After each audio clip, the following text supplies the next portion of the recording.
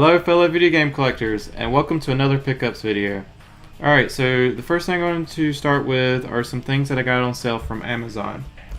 So the first thing I got from Amazon was Return to PopoloCrois, a Story of Seasons Fairytale for $29. This is a crossover between two series, PopoloCrois, which originally came out on the PSP and is a JRPG, and Story of Seasons, which was formerly known as Harvest Moon, a farming simulator. I'm still trying to find a copy of PopoloCrois for PSP. It's supposed to be really good. This game is sort of similar to Rune Factory, but it's more heavy on the RPG aspects than the farming, so it's also a fairly easy RPG. Next, for $22, I got another Kingdom Hearts game. The series has very weird names, but this one is called 358 Over 2 Days. I'm still trying to get a complete Kingdom Hearts collection. I believe now that all I'm missing is Birth by Sleep for PSP and Recoded for DS.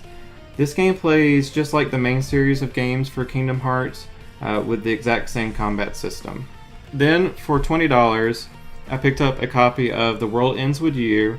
I mostly picked this up because I heard it is a must-play game for the DS. It's a very unique RPG made by Square Enix. It has this really interesting dual combat system where you have two different battles going on simultaneously at the same time on the top and bottom screens of the DS. On the bottom screen, you are using your stylus on the screen, and then on the top of the screen, or on the top screen, you're executing certain combat moves via the D-pad.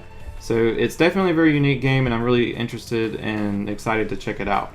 The next game I got was Project Cross Zone 2 for $18. This is a turn-based strategy RPG. It is straight up fan service game with characters from Namco, Capcom, and Sega games. The combat is pretty shallow and repetitive. The game itself it's kind of mediocre. But do pick it up if you want to see some of your favorite characters from different games appear in the same game. Then for $20, I got a copy of Persona Q. This is a dungeon crawler RPG, and it's very similar to the Etrian Odyssey games if you've played those before. It has characters from both Persona 3 and 4, so it is recommended that you play one or both of those games before playing this one. And I still need to play both of those games, so I will definitely be playing Persona 3 or 4 before I play this one. But do get it if you're a Persona fan. It's supposed to be pretty good. Then I grabbed a couple of games from Amazon's Prime Day sale. For PlayStation 4 for $18, I got a copy of Dragon Quest Heroes. This is an action RPG that is basically a Dragon Quest themed Dynasty Warriors game. It is another fan service game with different characters from different Dragon Quest games that you can put into your party. Again, if you are a big fan of the Dragon Quest series, it is definitely worth checking out. Then for $25, I picked up Stranger of Sword City for PS Vita. This is a hardcore and very difficult dungeon crawler RPG. It has beautiful art and just fantastic music. You build your entire party from scratch. I spent the first couple of hours of the game just creating characters and forming my party. There are plenty of well-drawn portraits to choose from, so you can customize your characters as you like. It made me feel like I was rolling characters for a Dungeons & Dragons game. You spend most of your time crawling dungeons looking for lineage-type monsters for their blood crystals. These are like the big badass monsters that you're trying to find and kill in the game. This game is hard and unforgiving. It is possible for your characters to permanently die. You can't save in the middle of a dungeon, so if you lose a character, you have to just deal with it and roll a new character, or lose some progress by going back to your last save. I've been hooked on this game since I got it. I'm only about 10 hours into it, but it's a lot of fun, and you should definitely pick it up if you're looking for a very challenging RPG game to play. Then I grabbed a PlayStation Vita 32GB memory card for $30. I was able to get a $30 credit from Amazon Prime because they were doing a promotion where if you had $150 in your shopping cart and input a promotion code, you would get $30 off. But after I managed to get a cart of games up to exactly $150 and I put in the promotion, it said that it already expired even though the Prime Day wasn't even over yet.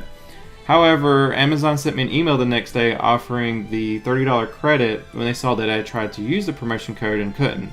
So that's just yet another reason why I love Amazon. So this was actually $60, so I used that $30 credit against it to just only pay $30 for it. So I decided to go ahead and buy this 32GB Vita card so I could load up all my PlayStation 1 games on my Vita. I was previously using a 16GB card, which, you know, it was alright, but space was getting pretty tight on it.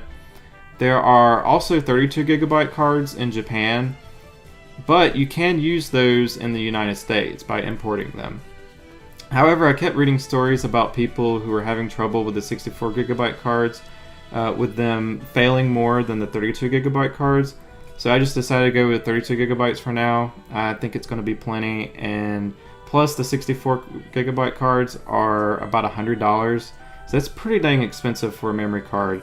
And I think that's probably one of the reasons why the Vita hasn't been doing so well. Is it's so expensive to get these memory cards, to get the the PS Plus digital games, the free games every month, and all of that.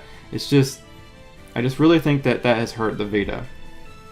Next game I got came from Microsoft Store, and that game is Alien Isolation.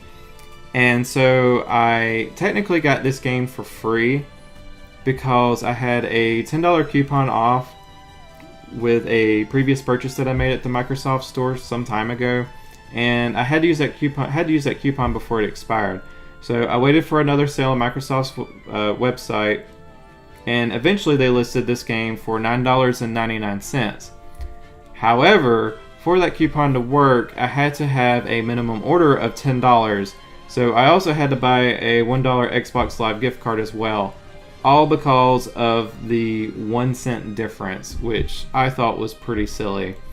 But anyways, the game itself is a stealth survival horror game where you have to keep hiding from and avoiding the alien around a ship. It's a pretty intense game. You basically feel helpless since you can't fight and kill the alien. I haven't played it yet, but I'm really looking forward to checking it out. Okay, and finally I went to Goodwill and I found a few things there. For $4, I picked up this Wii system. It doesn't have a power adapter, no cables, no sensor bar, but I decided to take a gamble with it, and it actually works. And it's also really cool because it's the first generation of the Wii model, so it has the GameCube backwards compatibility with it. I'll probably try and flip it after I find some cords for it, which I'm sure I eventually will at yard sales or maybe at Goodwill. Then for $25, I found a Chromecast. I already own a Chromecast and love it, so I couldn't say no to getting a second one for a second TV in my home, especially at a discount, because these usually go for about, I believe, $35. If you're not familiar with it, Chromecast lets you stream a Chrome tab from your computer onto it, or other specific apps like Netflix or YouTube. I use it all the time, and I definitely recommend that you pick one of these up. Alright, the next three things I got from Goodwill are games that I picked up for $1.50 each. The first game is WWE Crush Hour. I had no idea what to expect whenever I picked this up. It's a very unique game. It's a car combat game that is based off of the WWE wrestlers, so each wrestler has its own car that you drive around and shoot missiles at the other wrestlers and their cars, and you blow them up. What more could you ask for? And then for some reason I decided to pick up a copy of MLB 99. I really have no idea why I grabbed this, but it's a PlayStation 1 baseball game, and I did try it out. It seems to look and play okay for a PlayStation 1 era game.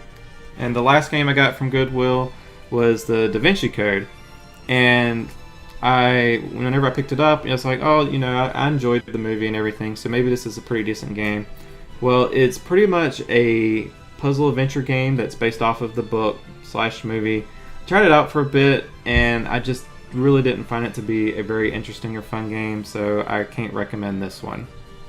Alright guys, that's everything I got to share with you today. If you liked what you saw, be sure to give the video a thumbs up. That always helps me out.